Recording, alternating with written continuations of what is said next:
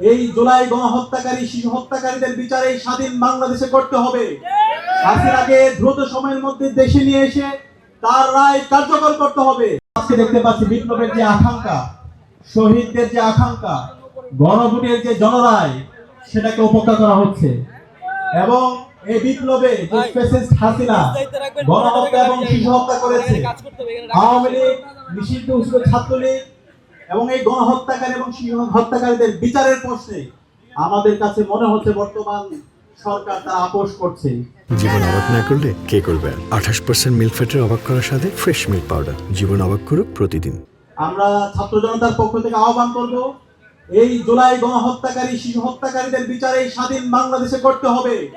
হাসিনাকে দ্রুত সময়ের মধ্যে দেশে নিয়ে এসে তার রায় কার্যকর করতে হবে। গণভোটের যে জনরায় এসেছে, এই রাষ্ট্র সংস্কারের যে রায় এসেছে, সেই জুলাই সনদ দ্রুত সময়ের মধ্যে বাস্তবায়ন করতে হবে এবং দ্রুত সময়ের মধ্যে জুলাই যে মিউজিয়াম আছে, জুলাই স্মৃতি জাদুঘর, সেটা উন্মুক্ত করতে হবে। এবং আজকে ইসলামী ছাত্র শিবির ঢাকা বিশ্ববিদ্যালয় শাখা জুলাইয়ের স্মৃতিগুলো এবং গত 16 বছরের ফেস্টিভাল চিত্র প্রদর্শনের মাধ্যমে তুলে ধরেছে।